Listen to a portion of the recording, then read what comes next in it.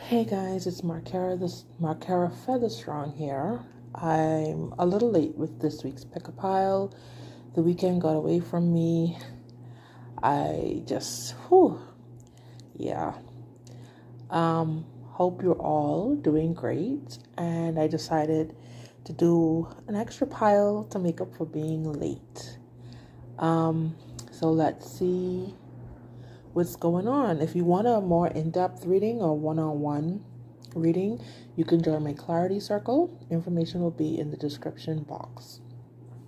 So let's get started. So pile 1, let's see what we have.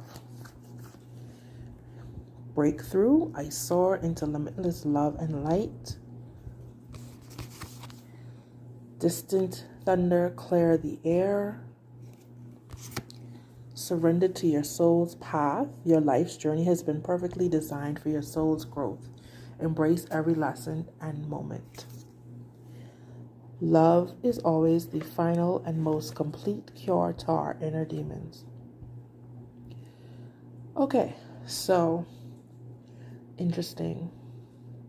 So this week, you need to work on, or not necessarily work on, but I mean, we're all works in progress. This here, clear the air. There's something, this came up last week as well. So there's something that's being held onto that's really giving a problem for you to surrender. And your surrender card for this week is telling you that your life's journey has been perfectly designed for your soul's growth. Embrace every lesson and every moment. Whatever this is that you're holding on to, it's affecting you journeying on your soul's path. Whatever the lesson is for you to learn, you're hindering yourself from learning that. And life is not always going to be the smoothest ride, but you allow yourself to grieve whatever it is that hurts, but you also need to get up and keep pushing. I'm a full believer in taking time to grieve what hurts and then dusting yourself off and moving forward with whatever lesson came from that. You may not get the lesson right away. It may come in bits and pieces over the years. I've got experiences where it's just an epiphany to me one day, like, oh, sometimes it isn't triggered until you encounter a similar situation and then you're forced to react, and it's like, I reacted this way the last time, that didn't go well, so maybe I should react this way. So it's not all a linear process where everything just comes together all at once, but you hinder yourself from moving on the tighter you hold on to whatever it is that you need to let go of. And there's a breakthrough coming with it. So, once you do all that, you have whatever that needs to come through. Part of the lesson is the breakthrough. That is the breakthrough. The lesson is the breakthrough. It's that, oh, I get it now. And love is always the final and most complete cure to our inner demons. Forgiving and letting go is for you more than it is for the situation or the other person.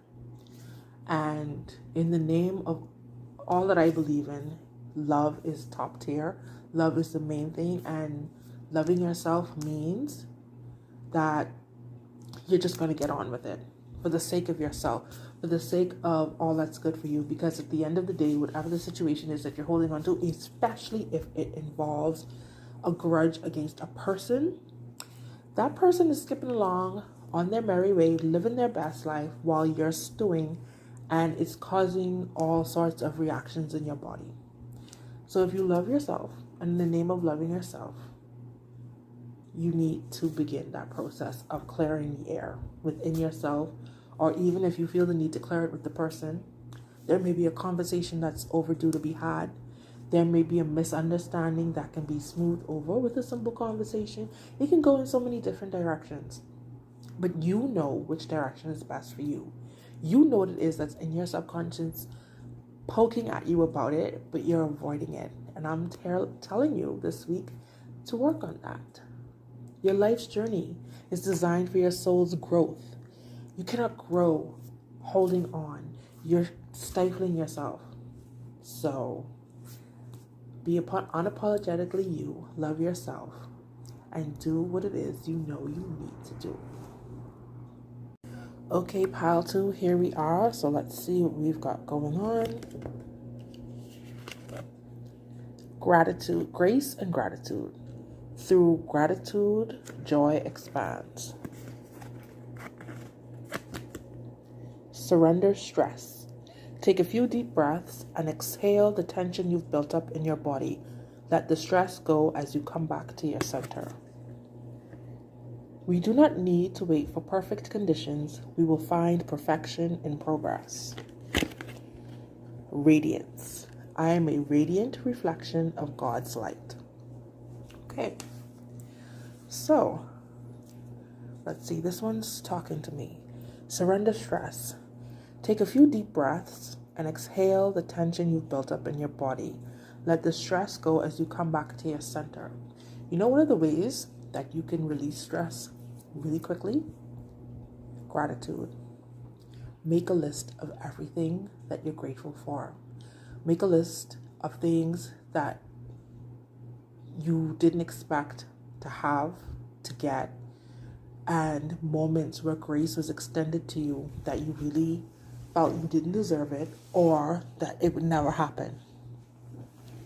And part of your stress could be the expectation of perfection or wanting to be perfect or the need to be perfect. We do not need to wait for perfect conditions. We will find perfection in progress because it's going to come together, but you have to let go. You have to believe. You have to trust that. I'm a radiant reflection of God's light. That's self-explanatory.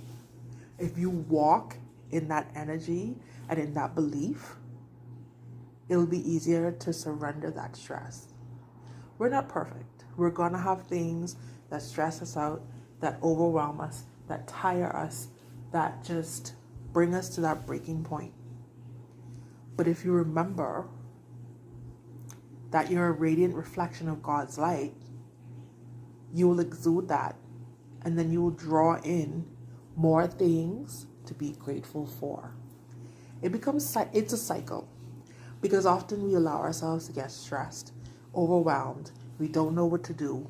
We overthink, we get anxious, and we get ourselves trapped in this horrible energy of, oh my God, oh my God, oh my God, oh my God. Instead of releasing, breathing, and trying to figure out, okay, this is what I'm facing, and these are my options. These are the possible outcomes. This is what I'm going to do. And I know I make it sound so easy, but it's not. And sometimes it's scary. Sometimes you worry about what others may think. You worry about an outcome that you may not want. Because oftentimes you be wanting one thing and the situation pointing you towards something else. And you're like, and you're trying to force it a certain way. And sometimes we have to take it as it is. The serenity prayer says, grant me the serenity to accept the things I cannot change. Right? I think that's how it goes. And I think that's where stress comes in. That's where that struggle, overwhelm comes in, where even if you know the outcome, you're sitting worrying about it. And I'm not trying to make it seem so insignificant or simple. I've been to hell and back a few times. And yeah, I know how hard it can be. Laying in the darkest despair of your life, trying to figure out, do I need to get up? Should I get up? Will I ever get up? Will I ever feel the need to get up? Will I ever feel like getting up again? Does it matter if I get up? Will anyone notice if I don't get up? Yeah. There are lots of people who will notice if you don't get up, but you're going to notice if you don't get up. You're going to feel it if you don't get up. And like I said in the first reading with pile 1, you have to love yourself and you have to grieve dark moments.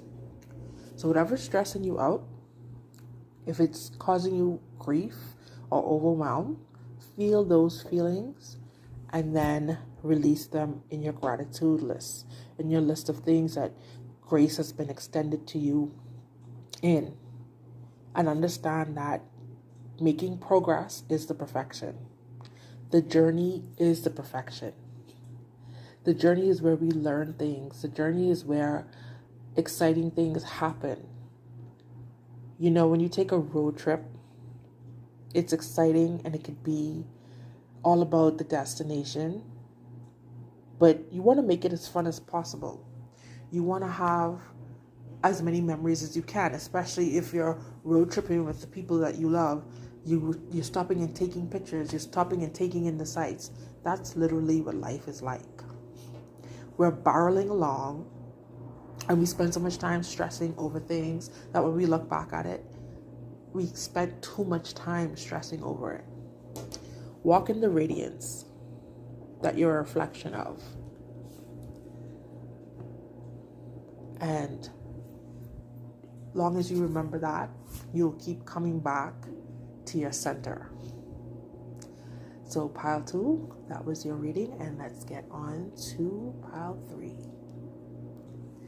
Okay, pile 3, here we go. I've had a few people ask me, how does this relate to my coaching? Well, the cards trigger conversations. They trigger you to think. They pinpoint certain things that you are avoiding. So it'll come up in a conversation between me and you in a session, and we can dig deeper into it.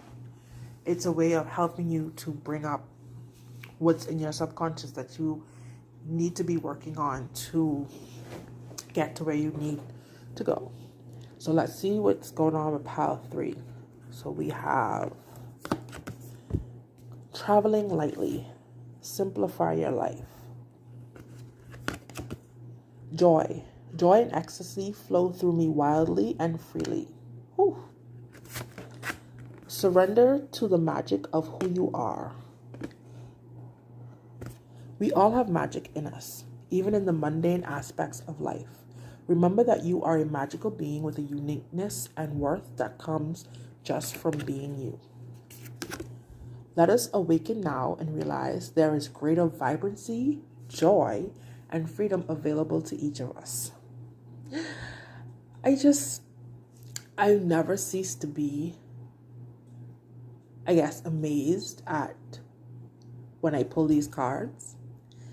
And I can't wait to see in the comments what other people experience when they see these.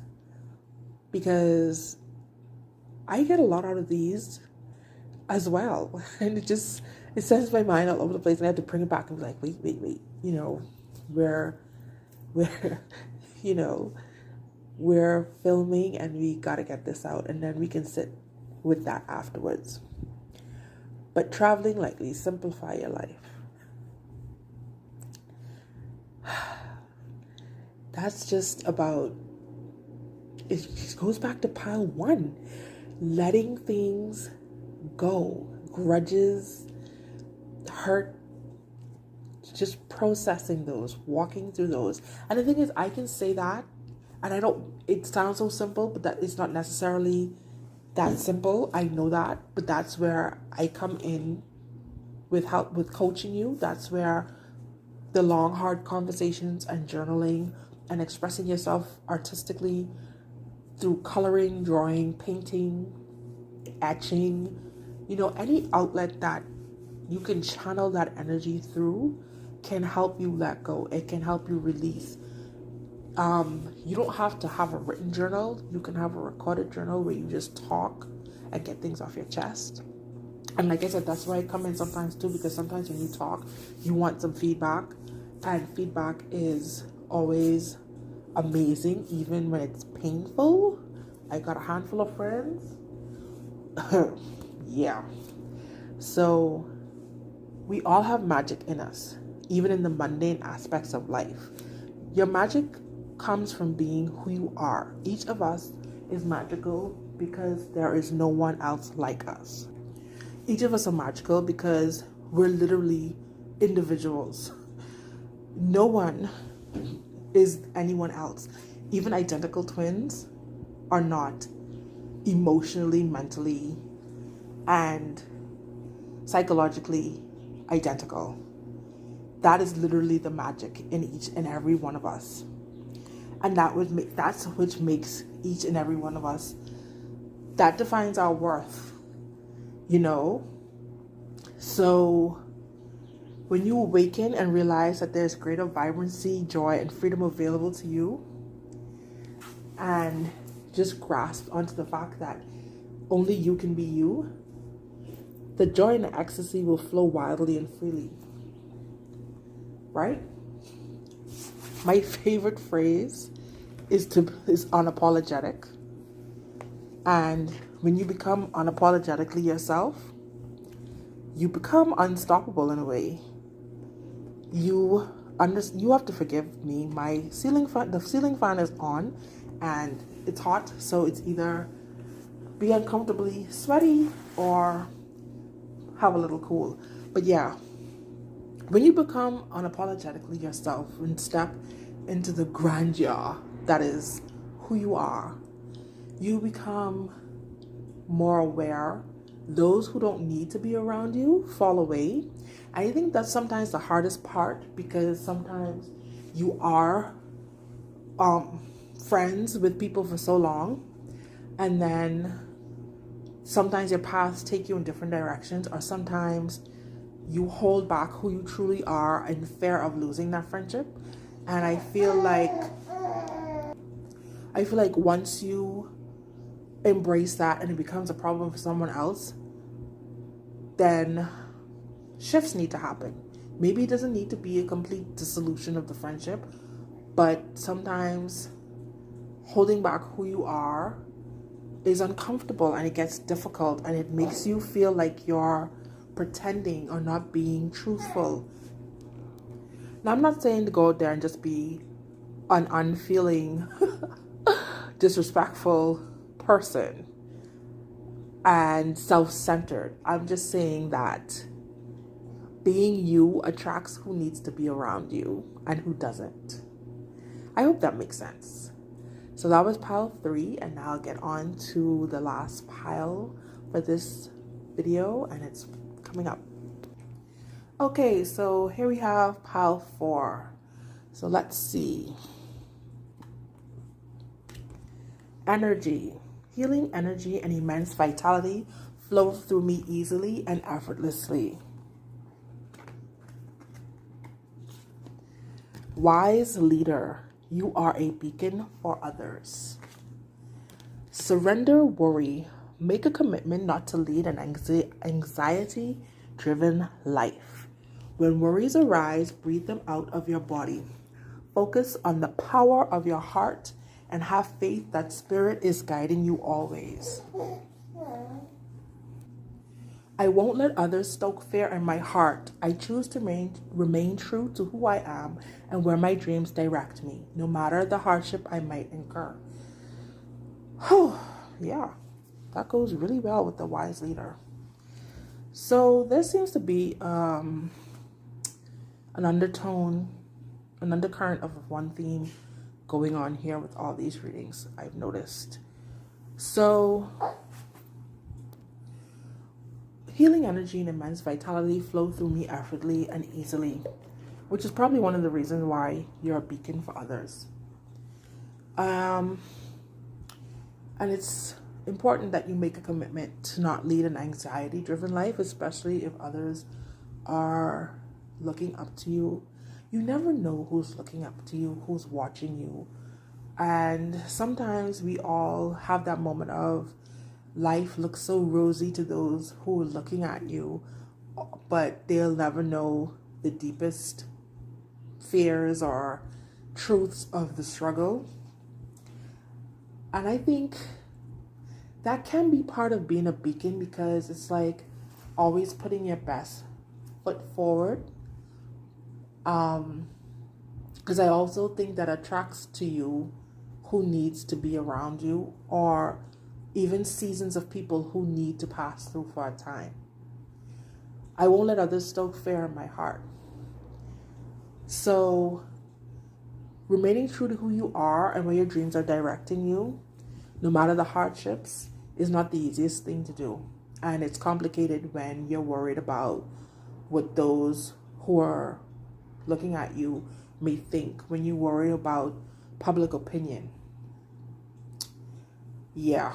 The thing and what I've learned is that sometimes public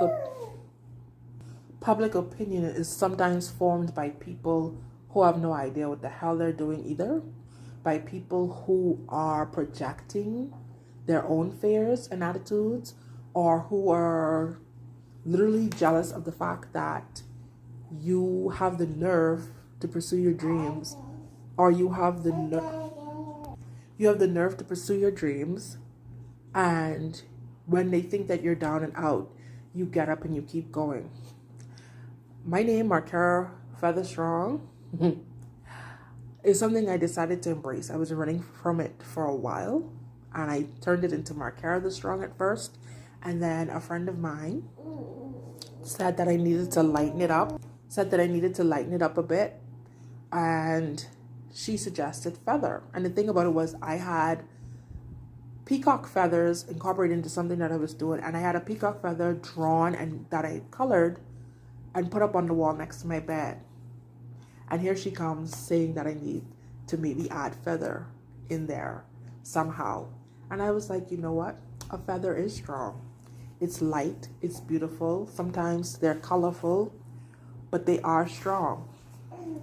And so there you have it. And that didn't come easy. Being called strong is not easy. It's not an easy expectation. It's not an easy expectation to live up to. And it comes to the point where people sort of take you for granted or brush off the fact that you're going to get through it, which is why I treasure my personal tribe so highly. There are people who I can vent to who get it. There are others who are like, oh, you got this. Oh, you strong. No, I'm here to tell you it's not easy. But once you make that commitment to yourself to release that anxiety, to focus on that power of your heart, and to exercise your faith, it's a smidge easier. You understand it better. Therefore, you can work through it in a different way. And that different way feels way better than working through it in an angsty, oh my God, overwhelmed way. And you're a beacon for others, whether or not you like it. We are literally all beacons for each other. Whether it's a good example we're giving, whether it's a not so good example that we're giving, we're literally watching each other and forming ideations of what we would do and what we wouldn't do, and what's acceptable and what's not acceptable. And so once you step into who you are unapologetically, you don't have to worry about everyone else. And like I said, who is for you will be there for you. So that was this week's inspiration. Drop a word or two in the comments and let me know what you got out of this. And I'll see you in the next one.